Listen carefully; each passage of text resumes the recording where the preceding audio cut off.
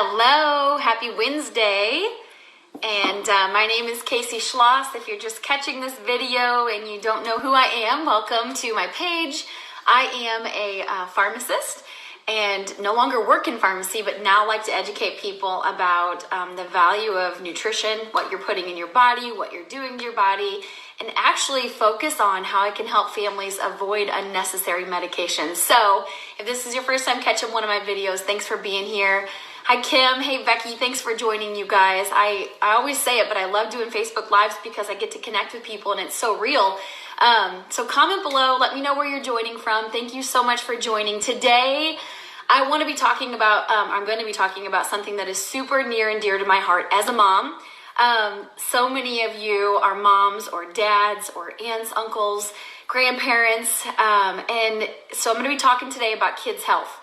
I talk a lot about health in general. But I don't know that I've ever really done a live necessarily directly related to kids' health. And if you don't know, I've got a 4-year-old daughter and a 2-year-old son. And I'm also an aunt and a friend to lots of people who have sweet children of their own. And it's just an important topic because we need to be talking about this. Hi, Melissa. Hey, Sarah. Hey guys, thanks so much for joining. I love when you comment, let me know where you're joining from, and just share this if you find value with any other parents or grandparents or teens. And I put teens too because I have 2 teenage nieces, and this is important stuff. You are old enough to understand this if you're a teenager, so share this with all the teens in your life too. But this is going to be a shorter message today, but it's really, really important. So I always talk about how we have tremendous power over our health and our longevity. And if you know me, you know I'm a believer that God is sovereign. However, we really do have a lot of power over what our body looks like from the inside out. And that is proven based off the research. Hey, everybody, thanks so much for joining. So the vast majority of death and disability diseases, love you too, Mary. Thank you so, I cannot wait to see you. All right, I'm going to stop getting distracted, but please comment below. Let me know where you're joining from and share this if this is of value to you. But it's a value to everybody. It really is. And I'm going to be talking only about evidence-based stuff. I don't get on here and talk about what I think. I like to talk about what's proven in the research. So it really does apply to everyone, okay? So anyway, what I was saying is that we really have a lot of, like some people will tell you, oh, your genes are your destiny, or you just were dealt this card because your parents have high cholesterol, or you have heart disease that runs in your family, all of those things. But you guys, the research is proving we can actually affect those genes. We can change that. It's fascinating, but we have a lot of power over that. And it's amazing. And you need to know it. You need to know it because you are either a mom or an aunt or a dad or an uncle or a teenager yourself or a friend who's got, a friend with children. So this is really important stuff. So I was looking today, I was actually over the last couple weeks, I've been reading a lot about peer-reviewed research in children's health. So pause for a second, peer-reviewed research, it's a high-quality research. So again, I'm going to bring you evidence-based stuff that we know is proven to be true in the research. And you may have heard this stat before, but did you know that by age 10, nearly all kids that have been raised on the standard American diet already have fatty streaks in their arteries. So I have a 4-year-old. She's going to be 10 before I know it. I have 2 nieces and a nephew who are over 10. And to think about the fact that they quite possibly already have fatty streaks in their arteries and maybe my kids are going to end up there, this is really important stuff and it really hits home. This is the first sign of atherosclerosis. That is the leading cause of death. It's like heart disease, the leading cause of death in the United States. So by age 10, our kids already have these fatty streaks in their arteries. Now, remember what I said, that we can actually do something about this, okay? So the question, you guys, is not whether we should eat healthy to prevent disease, prevent these problems. The question really comes down to whether we want to reverse it, that the heart disease that we already have. And if you just get really real with yourself, it is a little bit sad and it's a little bit scary and it's disheartening and frustrating that more healthcare professionals aren't preaching this message and teaching this on a day-to-day basis. It's getting better. I really do feel like that. I tend to be an optimist. However, this message is important and everybody needs to hear this because, again, we can do something about this. We can turn this around. So I was reading on this Bogalusa heart study. If you're not familiar with it, you can look at it. It was published in the New England Journal of Medicine, but it's really important stuff. So there was a study published in 1953 that radically changed the way we look at heart disease. It just did, and that was way back in the 50s. And what they did is they looked at autopsies from 300 casualties of the Korean War, which is, not a positive thing to think about, but it was very enlightening because the average age of these people they were looking at was 22 years old. So looking at an average age of 22-year-olds, 77% of them had gross evidence of coronary atherosclerosis. So again, this was a range, the average age 22 years old, 77% had gross evidence, so you could see it by the naked eye, that they had hardening of their arteries, visible to the naked eye. I'm telling you, this is real. This applies to every single one of us. So this is proving to us from way back in the 50s, we know that that these atherosclerotic changes, and I'm using these words, but it's just basically the arteries, that are feeding, your body from your heart, that these changes are appearing years and maybe even decades before heart disease is diagnosed. Like, do you get what I'm saying here? This is super important. So before our symptoms are even becoming a thing, this is what I tell people all the time. Like, you can't feel prevention. You can't feel it when it's coming on most times. When you feel it, it's way down the road. When you're being diagnosed, you're way down the road. So this study proved that these problems are happening in the arteries way before we really know what's going on. So again, back to that Bogalusa study, the first stage of atherosclerosis is those fatty streaks, and it was found by age 10 years old, and not just some of the kids, but 100% of them that they looked at. So it's a really, really big deal. So, research shows that even in 15 to 19-year-olds, there's a substantial amount of them that have atherosclerosis already. This is telling us that primary prevention very early on to prevent this atherosclerosis and to prevent the progression toward these advanced lesions in the heart, like that's where it's at. So that's why I talk about this all the time, because that is where it's at. We need to start our kids on a healthier intake of foods, real foods, early. Okay, we need to do it early. We cannot be waiting until it's too late, because we can really see a significant improvement in heart artery function by 11 years old if we're giving our kids healthier foods. I'm not perfect. If you guys know me, if you're with me, I don't eat perfect. That's not what I'm trying to tell you. I'm not here to judge anyone. I'm not here to, preach perfection. I'm just here to talk about the real data and what we can do about it, okay? So long-term prevention of this atherosclerosis, this heart disease, again, the number one cause of death in our whole country, really needs to start early in life, and they're saying as young as 7 months old. Not 7 years old, 7 months old, okay? Because this atherosclerosis begins in childhood. Remember, by age 10, our kids are already having these fatty streaks in their arteries. It's starting young, so we need to start young. The plaques, so the fatty streaks are the first stage of it, and then we're getting plaques. So we're seeing that, the plaques starting to form in 20s, getting worse in the 30s, and then, starting to kill us off. I mean, it is a sad reality, but it's an important message. In our hearts, people have a heart attack. It can manifest as a stroke in the brain. It could be an aneurysm.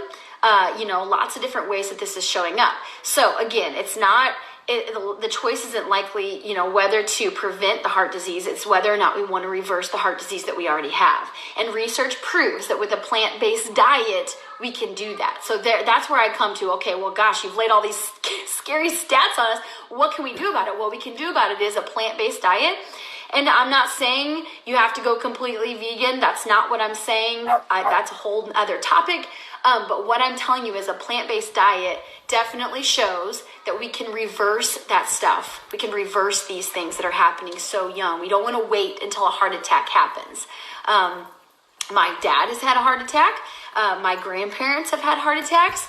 And I think about that for me. I think about that for my family. So it's time that we start now for ourselves, but start now for your kids. It is not too early. And I really believe if family doctors would get this message out there, this information to new parents, imagine if every pediatrician, and I don't know, maybe some of them do, but what if every pediatrician gave this information to parents who are bringing taking new babies home? Or what if at every 1 year checkup, these pediatricians were giving this information to parents. That's life-changing stuff right there, okay? Imagine what a difference this might make. Parents might start feeding their babies, steamed broccoli and boiled carrots or fresh carrots, or, maybe they're at one, I don't even remember, gosh, could my kids eat fresh carrots at one? Probably not, but my kids were eating whole foods. Like, what I'm saying is, this would really change things. So I want to help people start thinking about this. Instead of eating the traditional, like I said, standard American diet, hot dogs and French fries, and I'm not here to place judgment. I will say that all day long. Again, I like to eat too, and we don't eat perfectly. But if we could put more of a focus on this stuff, I know it would have a huge impact. So this is just a testament, I think, to what the pizza, the ice cream, the hot dog, what the food industry is continuing to do to our children. And then we talk about pre-diabetes. So I'm going to go here real quick. Pre-diabetes, this is not, when you think about the word pre-diabetes, people think, okay, that's just kind of the state before the development of diabetes, the state before the disease itself. But the problem is with pre-diabetes, so many people already have damage to their eyes, to their kidneys, to their heart, to these tiny little vessels, these bigger vessels that are feeding the brain. There's already damage there. So by the time we are diagnosed with diabetes, this is just like what I was saying with heart disease. By the time there's a diagnosis, it might be too late to prevent organ damage. This is why we have to start thinking about it now. It's best to prevent pre-diabetes in the first place, and the earlier the better.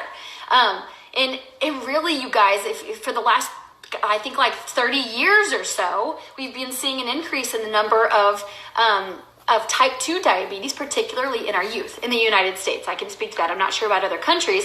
And in fact, if you know, the term used to be adult onset diabetes. That's what it used to be called. And now it's changed to type 2 diabetes. And kids as young as 8 years old are being diagnosed with type 2 diabetes. Here's the real thing. Like I said, I'm a pharmacist who loves to help families not go down that road of medications. I got so sick of sending my patients home with grocery bags full of 40 prescriptions a month. They didn't even know what half of them were for. And anyway, long story, but kids as young as 8 years old are being put on statin drugs. You don't have to really know what a statin is. What you need to know is that is way too young to be put on a drug like that. Those drugs can be dangerous. We have zero long-term data, at least to my knowledge, we have zero long-term data of even knowing what these statin drugs are doing to our kids at such young ages. But yet they're putting our kids 8 years old and older on these statin drugs. So this is why this is so important. How do you know what it's going to do to your child? There's always a risk versus benefit. I'm not here to tell you don't ever take medications. That's not what I'm saying. I believe in medicine, but I believe that there are ways to prevent people from going down those roads, and that's the message we need to be teaching. So that's what I'm talking about today, okay? So why the huge rise in diabetes, especially in children? Because our kids are eating way too many, artificial foods high in sugar, processed foods, high in fat, and not the healthy fats, and they're not eating enough fruits and vegetables. That's what it all comes down to, you guys. It's what it all comes down to. So our doctors and our healthcare professionals really need to be giving this sound advice regarding nutrition, not just putting people on medications and sending them on their merry way. We need to be teaching people the why and the how of prevention, and how these conditions can really be curtailed, because they can be. Because as we look at more of a person who's getting more of a plant-based diet, we see things like BMI going down to more of a healthy range. We see people getting off of medications, and it's a really beautiful thing. So I heard a doctor say fruits and vegetables might not be on the dollar menu, but our kids are worth it. And I was like, yes.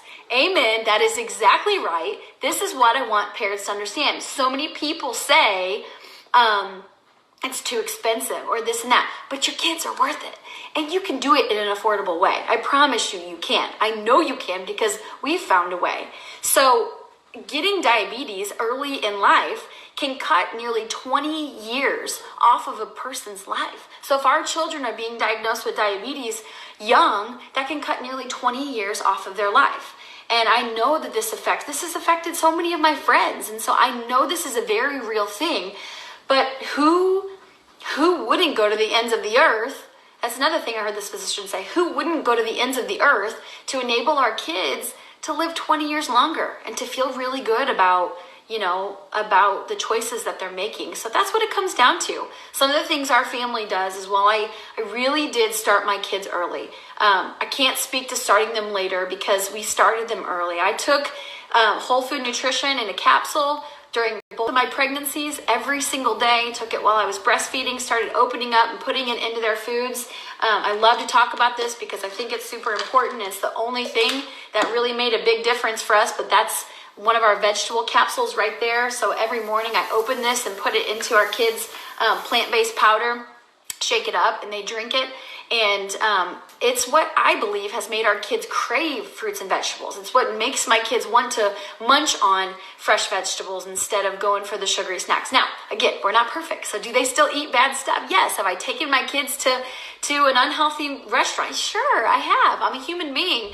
But there's certain things you can do like that, or like giving. My husband taught me this. It's brilliant. When my kids are hungry and I'm finishing up dinner, I'll put their fruits and vegetables on their plate before I serve their meal, because they'll eat it because they're hungry, and then I give them the other stuff, right? So there's just different things that you can do. But again, I wanted to hop on here and share this message because it's important. Every parent needs to know this. Every teenager needs to know this, because now's the